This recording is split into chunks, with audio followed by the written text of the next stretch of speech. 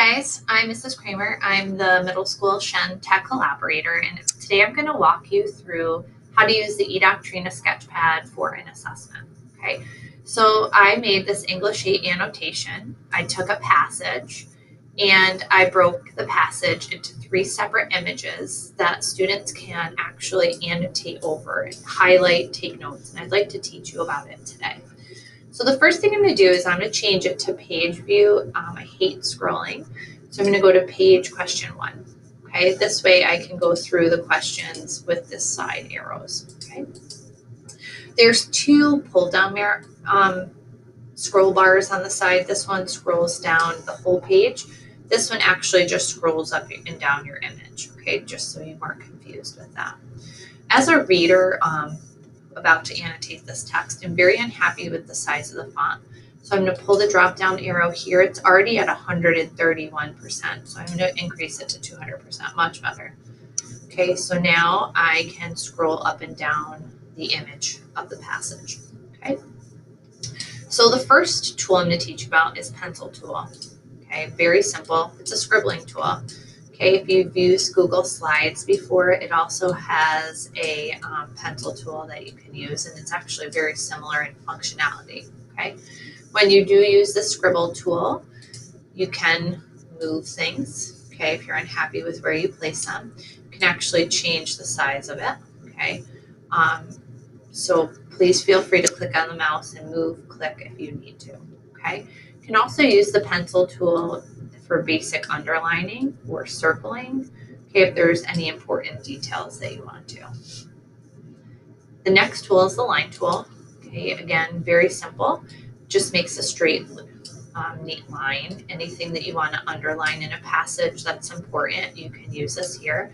Also thought it would be cool if you wanted to make an arrow or make some points, you could do that. Okay, the next ones are basic shape ones, okay? And I'll just show you one shape. Let's do the rectangle tool because they all work the same. Okay, if you wanted to use the rectangle tool, you just click down and drag. Okay, and it puts a rectangle around what you're looking to. You can fill the rectangle with a color. There's a little paint bucket down here. Right now it's currently not filling.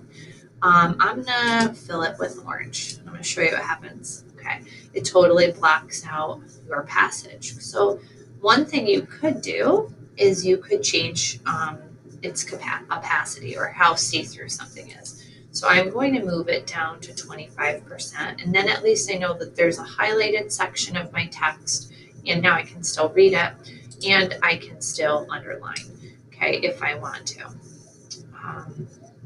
You can see that the highlighting has changed a little bit, the color, because we're writing over a colored box, okay? I'm going to go back to this line feature for a minute because when I read, I'm most comfortable using a highlighter with my passages and my text. I want to give you that same option as a student. So I'm going to choose the line feature. I'm going to bring it back to 100% opacity, and I'm going to show you what I'm going to do. I am going to actually going to change the color of this line too. You can do that right here. I want a yellow highlighter. That's the most common.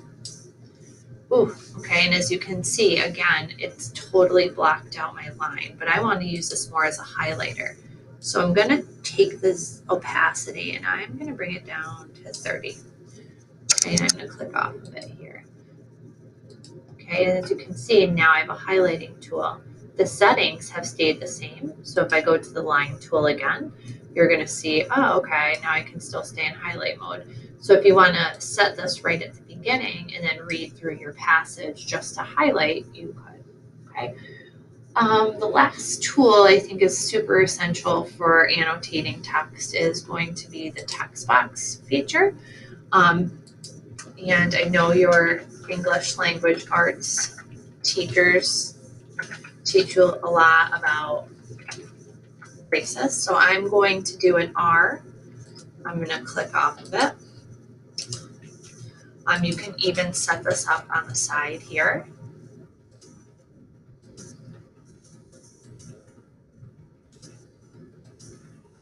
So you can use this text feature to kind of set up your thinking before you read. And the cool thing is that you can move these around and kind of arrange them any way that you want to. Okay, and then you can type things for every letter that we have here. Okay, and I just want to show you another cool thing with the text box, and it's how to size it.